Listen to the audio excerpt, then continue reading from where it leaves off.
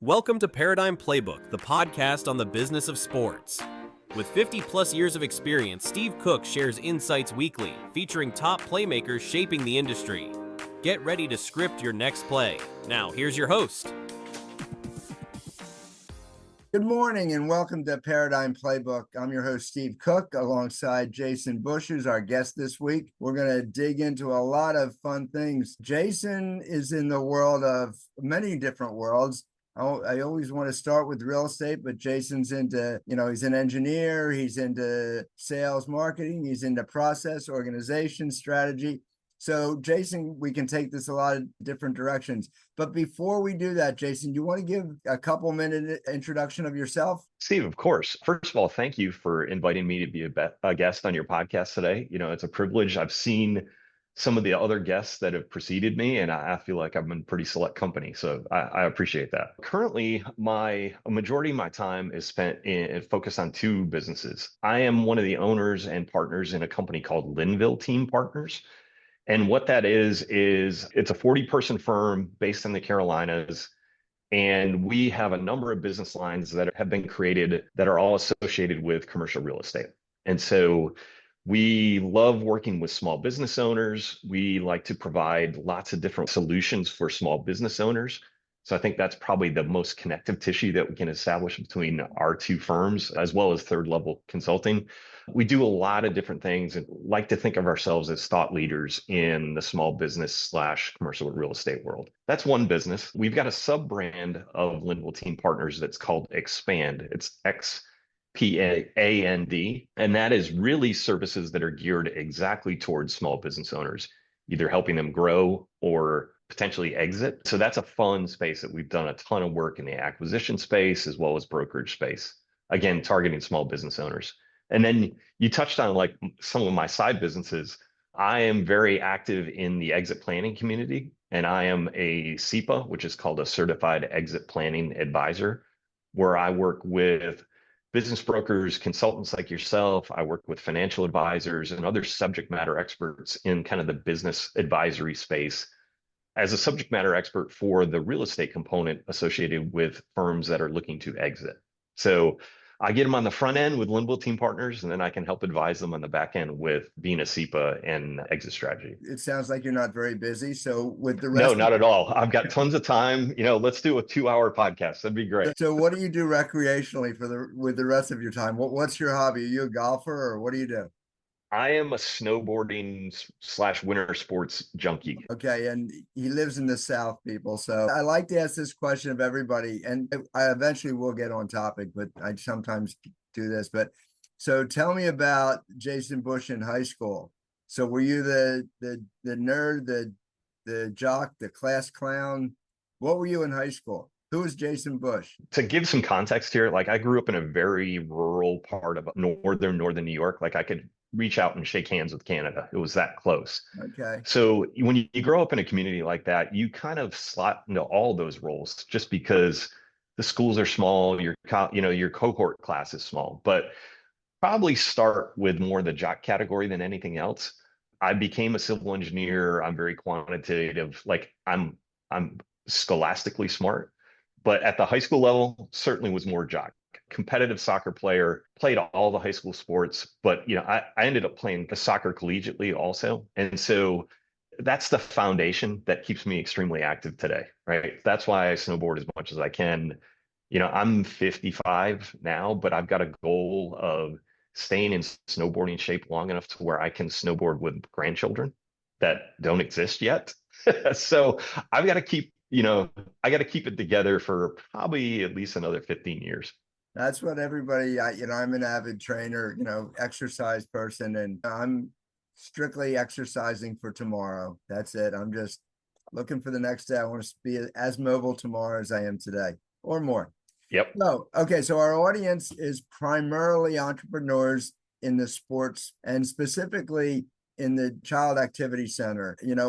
We deal a lot with launch businesses. So people that are having that entrepreneurial seizure that we talked about in the E-Myth, and then those that level up and they get to a tier, and well, I always call it's the plateau where good enough is good enough, but it really isn't. So, and I really believe that if you don't grow, you shrink. That's what they're looking to do. And I would like to start on your, on your real estate brain if I can, and just say, Sure. the standard catchphrase is the three most important things about any business are location, location, location. I dispel that a little bit in the child activity center business because we're more of a destination business. Here's the questions I get, and maybe you'll answer these in a different way. Yeah, let's play a little verbal judo. Yeah, you throw something at me and then I'll answer. So I'm the rookie getting into this. Should I rent or own? Depends. It's going to always be the first answer to that question, right?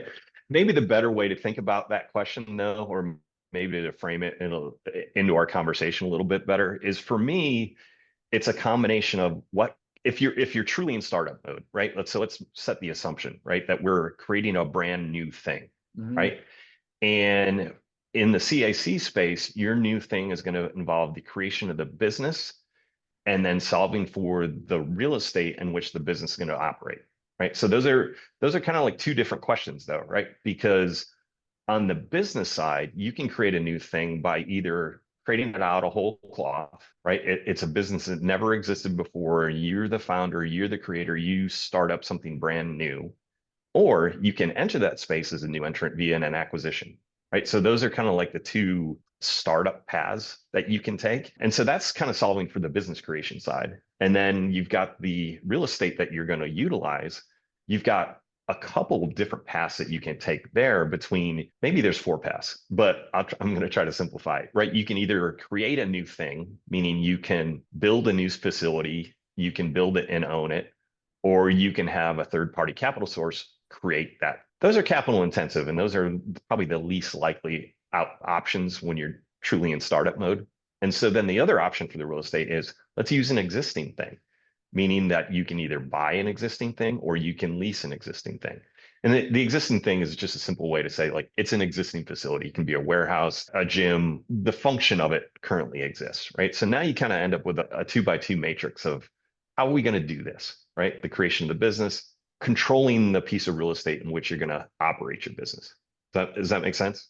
Yeah, it does. And I think a couple of the things that that I'm always reminded, one, and a lot of the people come to me with a deep passion for a specific sport, whether it's dance or gymnastics or martial arts or baseball or, whatever it is, and less of a passion for the business side of it. And that's basically my career. I try to, get them as passionate about the business as they are about the sport. So timeline-wise, so the two things that come in, how long is it going to take me to open this business and how much is it going to cost? I assume that it's cheaper and quicker to rent. Yeah, it can be. If I can back that up one more step, though, is I tend to encourage people to think about what kind of capital do I have access to in terms of creating your new things, right? The business and the control of the real estate. What capital do you have access? And that is not only just quantity of money, but the source of the money. And then I also think through how do you choose to allocate the capital? Because you have options both on what the type of capital that you raise and how you want to deploy it. All right, so might be a longer-winded approach to your premise, which was, all right, how quick can I do this and how much is it going to cost me? Well, the cost is a consideration, but it also kind of bears onto like, how much can I spend and how do I choose to spend it? Does that make sense? I think one of the things when you ask people, what capital do they have access to, most people that I'm dealing with, and I'm talking relatively young people, I'm talking, 40 years old and younger, that maybe have been working in the industry and now they want to go on their own. But even at that age, they have trouble thinking beyond Uncle Charlie in terms of what money do I have access to? I've got X in the bank. That's true. My dad's willing to do this. I can put my house on the line. I can take a second mortgage. That's normally the extent of it. What other capital is out there that maybe we should be more aware of? Yeah, so you touched on exactly what we witness also, right? People tend to think of capital as cash or personal liquidity, as opposed to thinking, all right, what does my friends and family network look like, right? Can I pass the hat and raise capital and have investors that are willing to support this project that I'm about to take on, right? For a return on their capital, of course. Nothing's free, but there is a friends and family network that is often available, like Uncle Charlie, right? But Uncle Charlie exists in many, many forms. Then you've got traditional lending sources that can vary, and connecting that startup with, a qualified SBA lending source, particularly one that's got experience in the CAC space. We know a number of those folks. I'm sure you do too. And then it depends on kind of what's the scale of your operation, right? We often deal at our firm with brands that are about to receive private equity investment, right? They have raised a fund, they've got deep capital sources. For them, it becomes a question of allocation of the capital. The other thing that startups often overlook is if they decide that they want to lease a location, is looking to the real estate owner as a capital source to provide them with money in regards to like a tenant improvement package, right? So if you've got to install a bunch of equipment, you got to put pits in for your gymnastic location, the landlord can be a source for that capital, because that landlord is going to make improvements to their own facility, and then you're going to pay that capital contribution back via your rent. Utilizing your landlord as a capital source is often a really, really efficient off-balance sheet strategy. Yeah, one of the things that my clients aren't always aware of is how acceptable the industry that we're in is to the financial world. It really is. The SBA treats us very well. And so I've had a lot of success with the SBA. There's also community investors that will look at investment in you as an infusion into the community, and they feel good about it. It's not always everybody at your peer level that you're talking to. And it's like, and I get people all the time and they say to me, well, I would have never thought of asking you. Because I say to them, well, why didn't you ever ask me for money? And they, well, it's like, why would you want to buy another business? And I don't, but it doesn't mean I may not want to invest in one. Well, even more importantly, you likely have a network of friends that are willing investors, right? You should never be afraid to ask someone for support of your business. And the support of your business can take a whole bunch of different paths, right? The initial ask there may have been financially oriented, but who knows where that ask goes, right? In terms of connections, resources, finances, et cetera. So if you're a small business owner that's considering a startup, tell everyone, ask everyone. You never know exactly where that path's going to go, but if nothing else, your conversation is a marketing vehicle for the thing that's about to be created. So you should always do it. Let's talk a little bit about structure. And then I want to see if I can buy a building and start relatively small. I want to build or buy an 8,000 square foot, empty building and create a sports facility within that. And that's going to, round numbers, let's say that's going to cost me $1 million. And I need to come up with, $200,000 down on that. The startup on the business is another 600.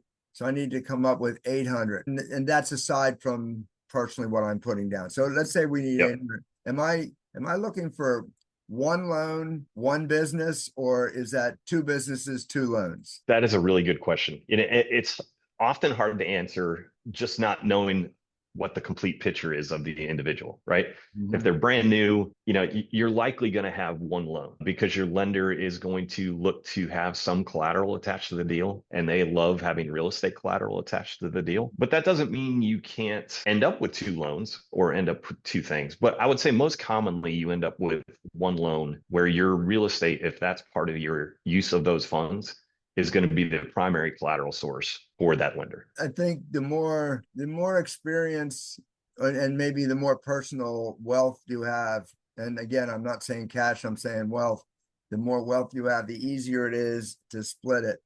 And the less traditional route that you take in terms of your fundraising, the more flexibility you have in terms of how you do it. Right. So if you go completely via the friends and family network, then you can create two funding pools, two repayment obligations, one associated with the purchase of the real estate. You may have a totally different investor set for the real estate than you might for the actual operating business. And you can treat those two pools of funds and the allocation of those funds and the repayments of those funds separately. Yeah. And everybody just have to understand that the SBA and the bank stand in front of you when you're in line to collect. So That's right. That's right. some of the clarity of that makes sense. So how much do you look at growth potential in the real estate from the get-go? So at third level, you're familiar, we do a lot of demographic studies, when it comes to, in time to exit, and we're saying, okay, we're determining this business still has X amount of growth potential. But is that something that we look at from the very beginning, or am I getting ahead of myself? Well, no, I think it runs in there's a parallel path to a lot of these real estate related challenges in the question and answer process, where our initial part of our conversation was associated with the capital component, right? Just the funding of our enterprise. But while you're growing, you got to also start having an eye for where is this business going to exist, right? So now you're starting to talk about what are the characteristics of the location of the market, the demographics, the demand profile. Like those are really, really important questions that you have to know the answer to. And so I love that you early as our conversation started, we were talking about the recognizing that this is a destination versus a service. Those are actually one of the first, we have about 5 factors that we recommend that business owners consider as they're going through the process of choosing their real estate. For a child activity center, you're definitely a destination type of business. And I compare that to an oil change or a car wash, right? That is a service type of business. And the location of those two businesses and the differences between a destination and a service business, it can be dramatically different. It's important to recognize, what lane are you in? Am I in the destination business, or am I in the service business? In the CAC space, I've seen it's most commonly in the destination space, but I've seen other activity centers like climbing gyms or like very, very specialized locations, which are often require kind of more of an industrial or warehouse or manufacturing type of thing. Those end up fitting the profile of a service business just because of where those facilities can exist. You can choose both paths, but I would say primarily we're going to be in the destination path with a CAC type of center. So that's the first factor to consider, is just what am I? Yeah, does that make sense? Yes, it does make sense. We deal a lot with businesses that exist during rush hour. That's typical, whether it's a gymnastic club or whatever. So one of the pieces of advice, people say, I found a building, and and I say, go 10 miles away and drive it during rush hour and tell me what it is. It's like, so a demographic study doesn't necessarily always give you driving time.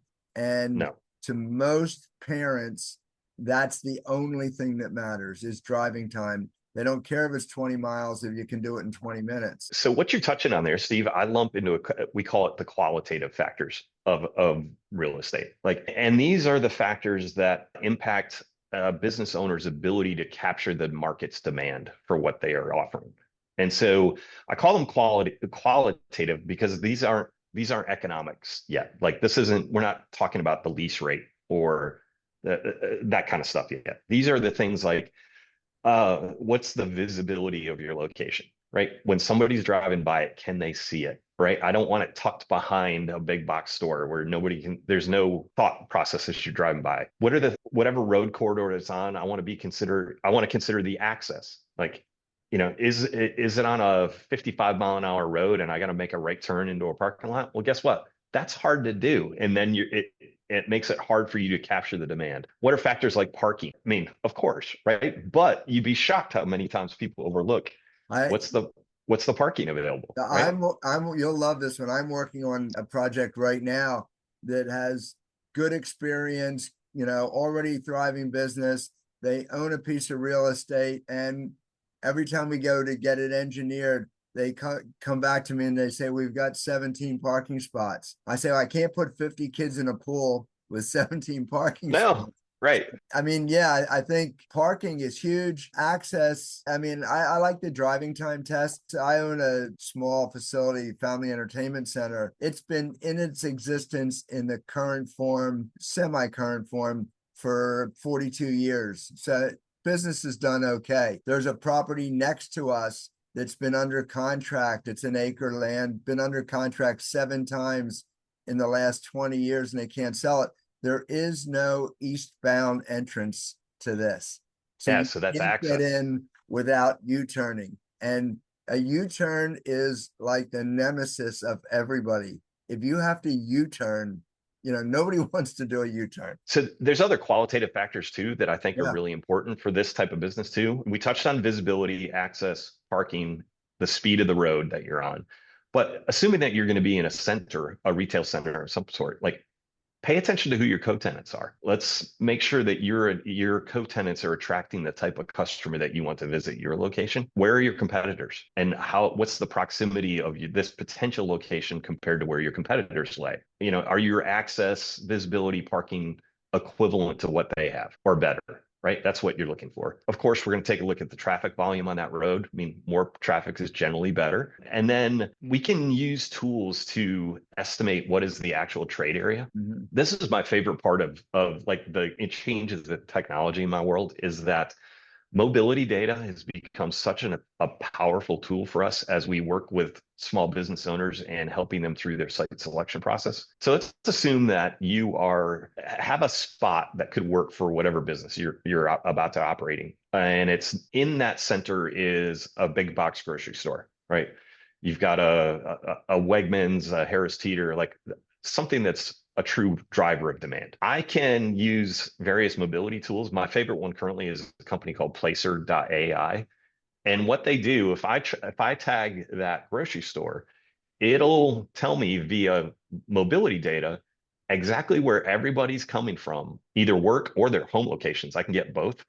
They will be able to tell me where are the homeowners that shop at that grocery store. And so by default, I can create a defined trade area for all the people, the customers that visit that grocery store. From that, then you can do amazing demographic analysis to understand, like, okay, how many households, how many kids, right? It's another way for you to forecast the demand for the service that you're providing, or the potential audience, just based off of the visitors that are already visiting that center. It's a really helpful marketing tool. Fascinating. Yeah, so much with AI. We'll get into that probably in another podcast. Yep. We're gonna run out of time. So that's all just qualitative stuff, right? So you can apply qualitative factors when you're looking at like 3 different potential locations, right? Which one is the best fit for what I want to accomplish?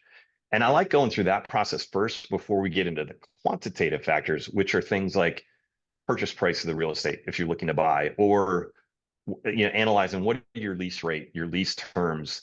The quantitative stuff, really what we're trying to do is make sure that your occupancy costs for whatever location that you pick fits into your pro forma and ends up being a line item that falls into the right percentage that you should have for occupancy cost as a percentage of your overall projected stabilized revenue, right? So year 3 revenue, I want to make sure my rents are falling in that right range. A question for you. Is there a trick in real estate that would lean me towards how flexible a landlord's going to be? If space is turning in 90 days, then here's what they'll probably give you in TI, or if the turn is more like 6 months, then you can ask for more.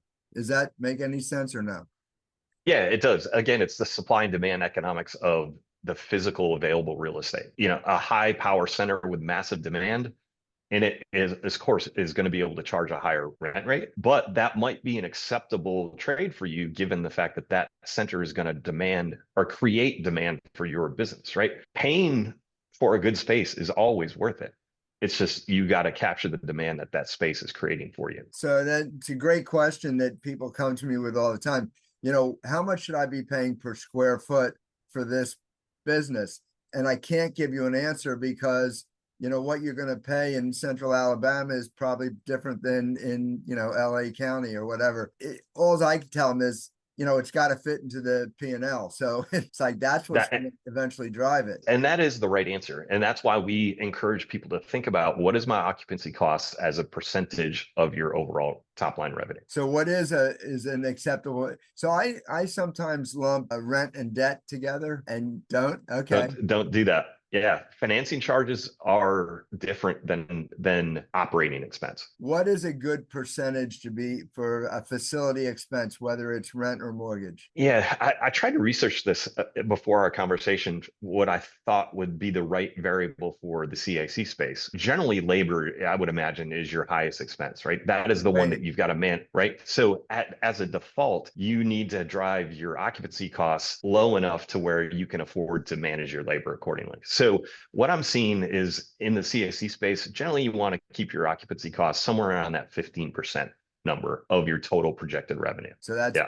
that's a bit lower than what I anticipated. So I think we have many that are higher. But so if that goes higher, but your overall cost of operation, your general month-to-month operating, because you don't have as much debt in it, you can sometimes absorb a little bit more. That's right. Listen, I hate to do this because we're just getting rolling, but I'm running out of time here. There's so many more questions. The question I ask all the time, if someone has real estate questions and you're familiar with our industry, is there a way to reach out to you? I know there's a way to hire you, but is there a way to just reach out to you if I want to ask a question? Is there a connection, an email, or any way? Yes, absolutely. Lots of different ways to reach me. So our primary firm is Linville Team Partners, and very strong presence on the web and all the socials. I can be contacted via that channel.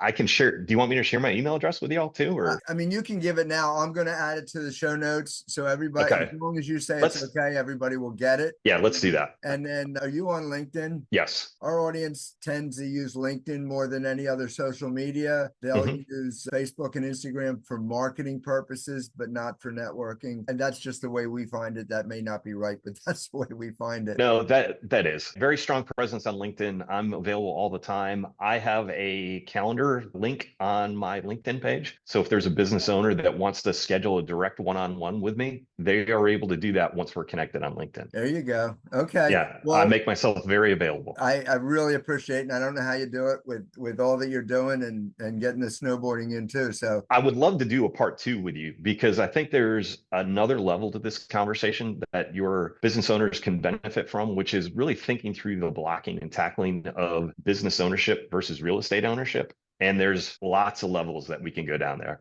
yeah, I think we dug into some strategies, but never got into the tactics. So That's right. So Yep. the tactical side of it's important. I will reach out and see when you're available, and we'll get episode 2 of the real estate adventure on here. And I think that's awesome. So everybody, they know how to reach Jason. Anybody can't find him, come to me. I can always find them. Thank you very much, Jason, and stay tuned for take 2. Thank you. Yeah, Stephen, I appreciate it. Thank you very much. Thanks for tuning in to Paradigm Playbook. Explore more at paradigmplaybook.com. Want to be a playmaker? Contact stephenjcook.com. Share this episode to spread the word about sports industry opportunities. See you next week.